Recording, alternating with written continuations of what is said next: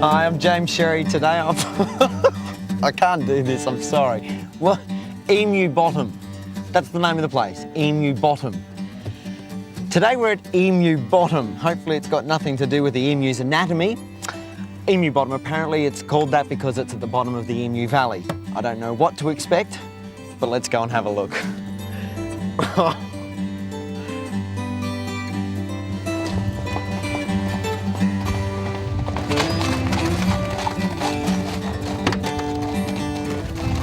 G'day, mate. Welcome to Emu Bottom.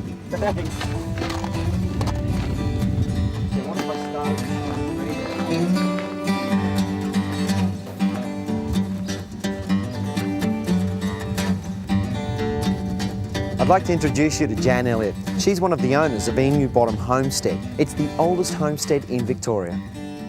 So Jan, as I'm coming in the driveway, who was the guy on the horse with the whip? What's the story there? Oh, he's just great, isn't he? That's Gary Sparkles Clark, and he works for us here as a drover. So when people are driving in here for a function, he's there to meet and greet them. And it really signals that you're coming into a different world. It's a different world. It's beautiful. It's like we're back 150 years.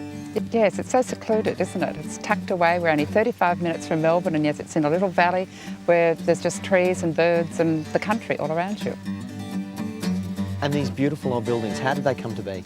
The original buildings here were built by George Evans, and George Evans arrived in the colony with the first party of settlers aboard a ship that you might have heard of called the Enterprise. And they were this small party of settlers that built huts on the banks of the Yarra, from which the city of Melbourne, as we know it, has since grown. He then went back and collected all his sheep from Tasmania and found this valley, and this is where he built the homestead. What sort of functions, or what do you do here? How do we use this place? What do we use this Place for? All sorts of things, all sorts of activities and functions and events. We have two dining areas here. We have the homestead dining room just behind us. And we also have the Woolshed restaurant, which is really something different. It's a restaurant, so I could ring up and book for a dinner here. Yes, yes. We have dinners on Saturday nights in the Woolshed. We have a large stone fireplace there where we do spit roast and barbecued meats. So it's a carvery smorgasbord type of setup. Now, today it is very quiet and peaceful here, but when you've got events on, there's a lot of activity around the place. Yes. Who comes to visit? Oh, there's a whole lot of things we can organise for you. Lay down, stop there. His name's Mac. He's my old dog. Now, someone was asking why he's wearing a watch on his front paw. We have an amazing chap, Alf Dundee from Ring-a-Ding-a-Ling-a-Gong. And he comes with his sheepdogs and a small flock of sheep. Steady, Mac. Steady, Mac. Steady. Steady now. Mac, go anti-clockwise. Get right out. Stop. Stop. Lie down, Mac. Lie down. So now you know why a sheepdog needs to wear a watch on his paw, so he knows whether to go clockwise or anti-clockwise when he's rounding up the sheep. I mean, how would he know what I was talking about if he didn't have a watch on? Whip cracking, boomerang Yes. throwing. Lean forward. It's good. Hands behind your back. Whip Cracker is twice Australian champion, but it's a whole show and he gets people involved in it. People that never dreamt that they could crack a whip will suddenly be cracking whips. And the same with the boomerang thrower. You throw the boomerang over your shoulder and flick your wrist forward like that. Like that. That's pretty good. And when the boomerang goes around and comes back, you catch it just like you would the jaws of a crocodile. How long do you think One it'll side. be? Well, it's hovering there a little for a while. I'd say another 10 seconds.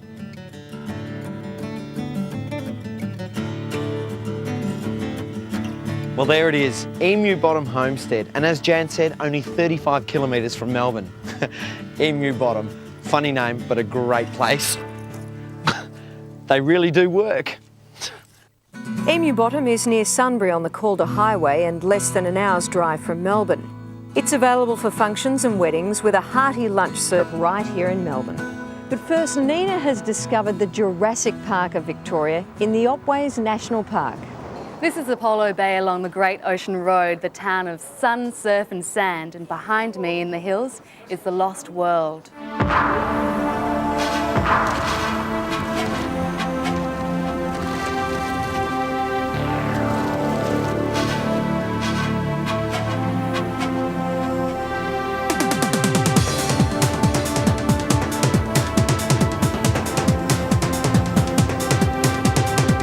This is Mate's Rest in the Otway National Park, and Chris Reinerson from Otway Eco Guides gives tourists an insight into things prehistoric.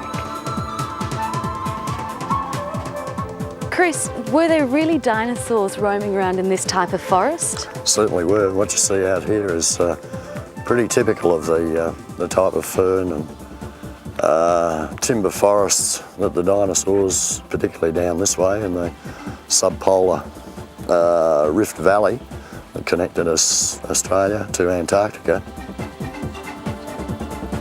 Well, it's a pretty impressive forest, and some of these trees and ferns around here are really old. How old are we looking at? Well, the tree just behind us here, Nina, this one's a good 600 years old, and this is a myrtle beech. Now, myrtle beech are one of the living fossils of the rainforest country, because these trees have been around for many hundreds of thousands of years, about 600,000 years. How has it formed this hollow underneath? I mean, it's an incredible formation.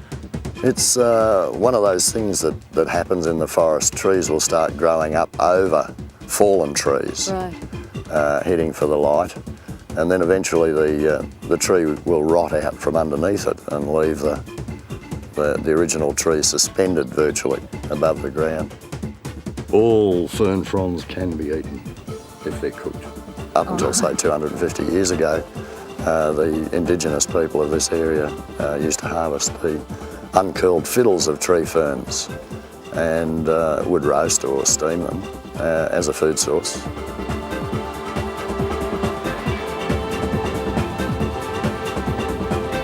And a short 20-minute drive takes us from the lush, cool, temperate rainforest to the coastal heathlands. Well, here we are, Nina. This is Point Franklin, and as you can see, it's a fairly spectacular place. Yeah. And if you think that what we've been looking at before is old, wait till we get round the point down here a little bit further and I'll be able to show you something that's really old. How old are we talking? We're talking 115 million years. Woohoo! Here it is, basically, the piece de resistance, if you like. So what is it? It's actually a fossilised conifer from the subpolar dinosaur era. How does it form? How does it turn to rock? Well, basically what happens is they fall over like trees do. We saw that in the rainforest. And they get covered over with the mud, the sandstone, and silicates flowing through the sandstone actually replace the wood fibre over many millions of years, of course, and then it becomes fossilised wood. And of course, this is only one of many of the fossils around this coastline. Let's go have a look. Okay.